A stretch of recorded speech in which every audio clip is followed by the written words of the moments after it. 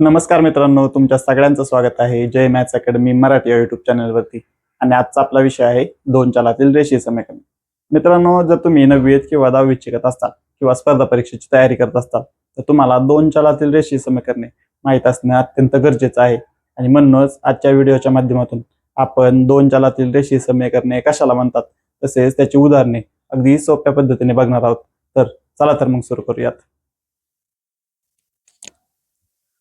तर मित्रांनो, सुरुवातीला आपण डेफिनेशन बघूयात. तर मित्रांनो, डेफिनेशन मध्ये काय सांगितलं बघा, ज्या समीकरणामध्ये दोन चले वापरली जातात आणि चल असलेल्या प्रत्येक पदाची कोटी म्हणजेच घातांक एक असतो त्या समीकरणाला आपण दोन चलातील रेषीय समीकरण म्हणतो. आता आपण वर्ड बाय वर्ड हे डेफिनेशन बघूया की ज्या समीकरणामध्ये दोन चले वापरले जातात, आता चल कशाला म्हणतात ते आपण बघूयात. तर मी सुरुवातीला एक उदाहरण घेतो.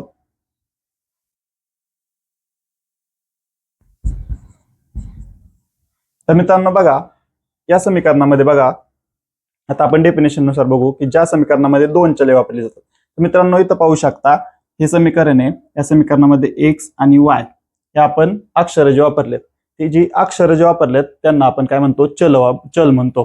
मित्रांनो, X Y Z A B C D यापैकी कुठलंही अक्षर तुम्ही चल म्हणून वापरू शकता.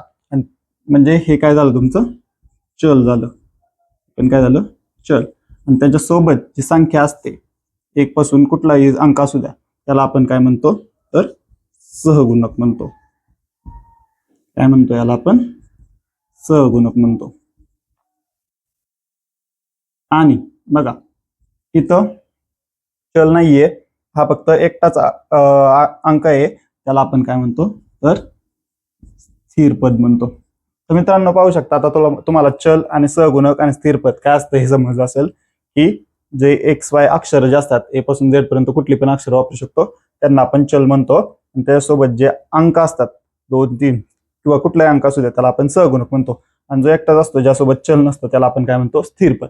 तर आता आपण डेफिनेशन वरती परत येऊयात की ज्या समीकरणामध्ये दोन चले वापरले जातात, इथं पाहू शकता एक्स आणि वाय ही दोन चले आहेत आणि चल असलेल्या प्रत्येक पदाची कोटी म्हणजेच घातांक. आता कोटी म्हणजे काय, तर घातांक. घातांक म्हणजे काय, तर तुम्हाला वर्ग माहिती असेल की 2x वर्ग किंवा 2x घन हे तुम्हाला माहिती असेल, बरोबर. तर ह्या 2ला किंवा ह्या 3लाच काय म्हणतात, कोटी म्हणतात, बरोबर. तर बघा इथं काय सांगितलंय की चल असलेल्या प्रत्येक पदाची कोटी म्हणजे घातांक एक असतो. तर इथं पाहू शकता मित्रांनो, हे कोटी काय समजलं असेल तुम्हाला, जे वरती असतं इथं 2 आहे इथं 3 आहे ती यांची कोटी आहे, तर एक असतो. ज्यावेळेस काहीच दिलेलं नसतो तर त्यावेळेस काय असतो, तो एक असतो. इथं पाहू शकता 2x वरती काहीच नाही दिलं, त्यावेळेस काहीच दिलेलं नसतं, त्यावेळेस काय असतो, एक असतो. इथं पण काहीच नाही दिलं तर म्हणजे एक असतो, त्यावेळेस एक असतो. त्या समीकरणाला आपण काय म्हणतो, दोन चलातील रेषीय समीकरण. तर थोडक्यात बघूया मित्रांनो, ही ज्या समीकरणामध्ये दोन चले वापरले जातात, पाहू शकता दोन चले आहेत आणि चल असलेल्या प्रत्येक पदाची कोटी म्हणजेच काय, कोटी समजलं असेल तुम्हाला. कोटी म्हणजे जो वरती आकडा असतो त्याला आपण कोटी म्हणतो. एक असतो, त्यावेळेस काहीच देत नाही त्यावेळेस एक असतो. त्या समीकरणाला आपण दोन चलातील रेषीय समीकरण म्हणतो. तर अजून एक उदाहरण बघूया आपण. 3x - 5y अधिक 4 बरोबर 0. इथं पण पाहू शकतो मित्रांनो दोन चले आहेत. किंवा अजून एक दुसरं उदाहरण घेऊ. 3a - 4b - 2 बरोबर 0. तर ए आणि बी दोन चल आहेत, त्यांचे सहगुणक आहेत आणि चल असलेल्या प्रत्येक पदाचा कोटी काहीच नाही दिला म्हणजे काय असतो, तो एक असतो. जे दोन चलातील रेषीय समीकरण आहे. तर हेच असतं दोन चलातील रेषीय समीकरण.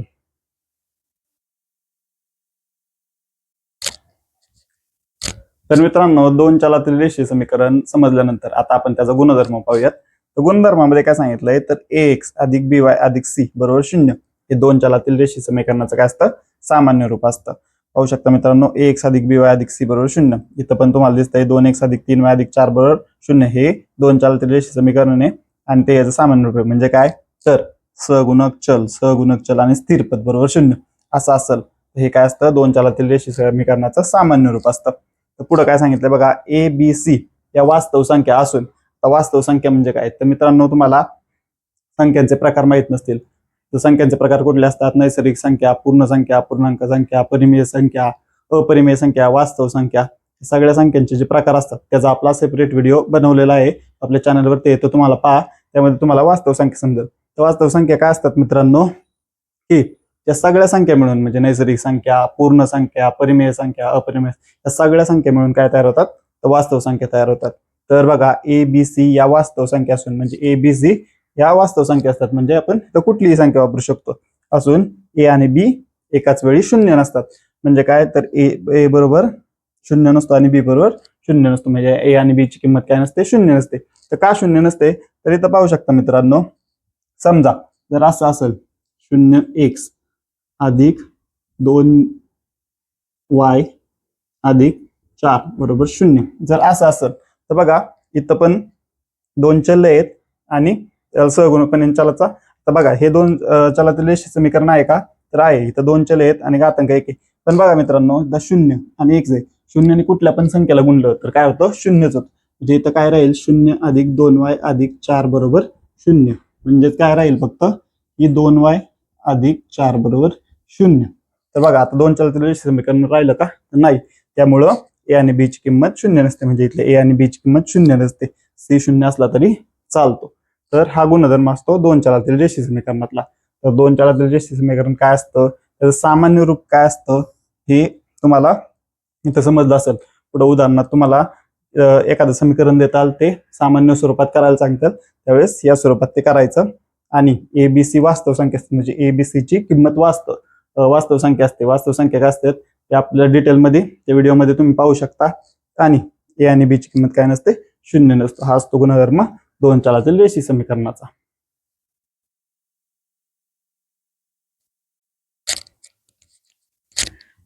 तर मित्रांनो, दोन चलातील रेषीय समीकरणे पाहिल्यानंतर आणि त्याचा गुणधर्म पाहिल्यानंतर आता आपण काय उदाहरण पाहूयात की दोन चलातील रेषीय समीकरण आहेत का नाही आपल्याला हे ओळखायचं आहे. तर पाहूया, पहिलं उदाहरण पाहूया मित्रांनो. इथं काय दिलंय, 4m अधिक 3n बरोबर 12. मित्रांनो, दोन चलातील रेषीय समीकरण कशाला म्हणतो आपण, ज्या समीकरणामध्ये दोन चले वापरली जातात. इथं बघा मित्रांनो, दोन चले आहेत का, m आणि n हे दोन चले आहेत. आणि पुढे काय असतं की चल असलेल्या प्रत्येक पदाचा कोटी म्हणजे घातांक एक आहे का. तिथं बघा काहीच नाही दिला त्यावेळेस काय असतो, एक असतो. तिथे यमचा पण काय नाही दिला म्हणजे काय असणार आहे, एक असणार आहे इथं. आणि यांचा पण काय नाही दिला म्हणजे काय असणार आहे, एक असणार आहे. मग त्याला काय म्हणतो आपण, दोन चलातील रेषीय समीकरण. तर हे आहे का, तर आहे. कारण इथं दोन चल वापरलेत एम आणि एन आणि त्याचा घातांक एक आहे. त्याला काय म्हणतो आपण, दोन चलातील रेषीय समीकरण. म्हणून हे काय आहे, तर आहे. त्यानंतर मित्रांनो, दुसऱ्या उदाहरणात पहा. तर बघा इथं पहिलं काय बघायचं असतं की दोन चल आहेत का, एक्स आणि वाय दोन चल आहेत का, तर आहेत. आणि दुसरी कंडिशन काय असती की घातांक एक आहे का. ते इथं बघा एक्सचा घातांक किती आहे, 2. म्हणजे हे समीकरण आहे का, नाही. तर वायचा जरी एक असला, काय नाही दिला म्हणजे काय असला, एक असला, पण एक्सचा काय आहे, 2 आहे. त्यामुळं हे समीकरण काय आहे, दोन चलातील रेषीय समीकरण नाही. त्यानंतर मित्रांनो पुढे बघा, वर्गमुळात 2 एक्स वजा वर्गमुळात 5 वाय बरोबर 16. पहिलं कंडिशन काय असते आपली की घातांक एक आहे, सॉरी दोन चल आहेत का, तर आहेत. एक्स आणि वाय दोन चल आहेत. आणि घातांक एक आहे का, तर आहे. घातांक इथं काहीच नाही म्हणजे काय आहे, एक आहे. त्यामुळे हे पण दोन चलातील रेषीय समीकरण आहे. तुम्ही म्हणता येतं वर्गमुळात 2 दिले, वर्गमुळात 5 दिलंय. वास्तव संख्यांमध्ये सगळ्या संख्यांचा समावेश होतो, त्यामुळे इथं काही असलं तरी चालेल. आता समजा जर हे एक्स आणि वाय हे बाहेर आहे वर्गमुळाच्या, जर आत असतं तर हे दोन चलातील रेषीय समीकरण नसतं. पण इथं एक्स आणि वाय बाहेर आहे. म्हणून आपल्या कंडिशननुसार कंडिशन काय असते की दोन चल पाहिजेत आणि त्याचा घातांक एक पाहिजे, तर त्याला आपण काय म्हणतो, समीकरण म्हणतो. म्हणून हे पण आहे. त्यानंतर मित्रांनो पुढचं समीकरण बघा. पुढच्या समीकरणात काय सांगितलंय, 0x अधिक 6y वजा 3 बरोबर 0. तर बघा मित्रांनो, इथं दोन चल पण आहेत, घातांक पण एक आहे. पण इथं काय दिलंय, 0x. आपण गुणधर्मात बघितलं होतं की ए आणि बी ची किंमत काय नसते, 0. आता इथं हा ए आणि हा बी आहे, तर ए ची किंमत इथं काय आहे, 0 आहे. त्यामुळं हे दोन चलातील रेषीय समीकरण आहे का, नाही. कारण 0 ने x गुणलं तर काय होईल, इथं 0 होईल अधिक 6y वजा 3 बरोबर 0 असं होईल. तर बघा मित्रांनो, असं इथं आता दोन चल राहिली का, तर नाही राहिली. आपल्याला माहिती आहे की कोणत्या पण संख्येला जर 0 ने गुणलं तर ते काय होतं, 0 होतं. तर त्यामुळे हे दोन चलातील रेषीय समीकरण राहणार नाही. म्हणून हे काय आहे, तर नाही. इथं त्यानंतर पुढच्या उदाहरणात पाहू शकता मित्रांनो, 0.3x अधिक 0y. इथं पण काय आहे, 0 आहे. ए आणि बी ची किंमत काय नसायला लागते आपल्याला, 0 नसते. दोन चल जरी असले, त्याचा घातांक जरी एक असला, तर इथं बी ची किंमत काय आहे, 0 आहे. तीनच गोष्टी लक्षात ठेवायच्या मित्रांनो. एक म्हणजे की दोन चल पाहिजेत. दुसरी गोष्ट म्हणजे त्याचा घातांक 1 पाहिजे. आणि तिसरी गोष्ट म्हणजे ए आणि बी ची किंमत काय नाही पाहिजे, 0 नाही पाहिजे. पण इथं 0 असल्यामुळं हे पण समीकरण नाही. त्यानंतर मित्रांनो वळूया पुढच्या उदाहरणाकडे. इथं काय दिलंय, 4xy वजा 5y वजा 8 बरोबर 0. तर आता बघा इथं x आणि y दोन चल एकाच ठिकाणी घेतल्यात, त्यामुळं आपल्या ह्याच्यात ते बसत नाही, त्यामुळे हे पण समीकरण नाही. त्यानंतर मित्रांनो इथं बघा 4/x अधिक 5/y बरोबर 4. आता हे पहिल्यांदा बघितलं तुम्हाला वाटत असेल की हे पण नाहीये, कारण इथं चल खाली दिलेत, आपल्याला कट लागतात, चल वरती लागते तिथं. पण तर मी तुम्हाला म्हटलं की हे पण दोन चलातील रेष समीकरण आहे. कसं, तर बघा मी तुम्हाला सांगतो. इथं काय करू आपण, 1/x बरोबर m मानू आणि 1/y बरोबर n मानू. तर बघा असं जर मानलं तर काय होईल बघा, आपण 1/x म्हणजे काय होईल, 4 गुणिले 1/x.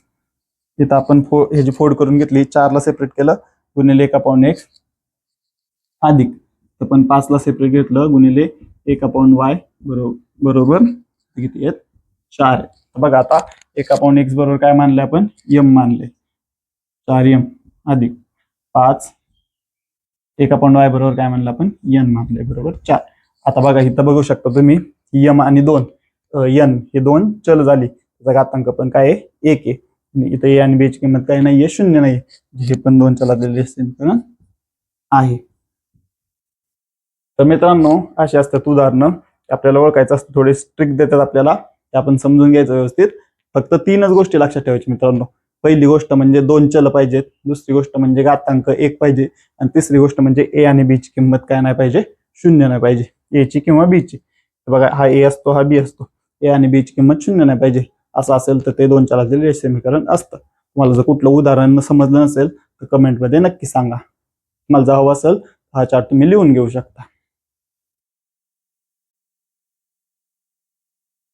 तर मित्रांनो हीच असतात दोन चलातील रेषीय समीकरणे, त्याचा गुणधर्म आणि त्याचे उदाहरण. तुम्ही जर 9वीत किंवा 10वीत असतात किंवा स्पर्धा परीक्षेची तयारी करत असतात तर तुमच्यासाठी अत्यंत महत्त्वपूर्ण असे दोन चलातील रेषीय समीकरणे आहे. या व्हिडिओमधील कुठला पार्ट तुम्हाला जर समजलं नसेल तर कमेंटमध्ये नक्की सांगा. आणि जर व्हिडिओ आवडला असेल तर व्हिडिओला लाईक करा आणि आपल्या जय मॅथ्स अकॅडमी या मराठी या यूट्यूब चॅनलला नक्की सबस्क्राईब करा. धन्यवाद.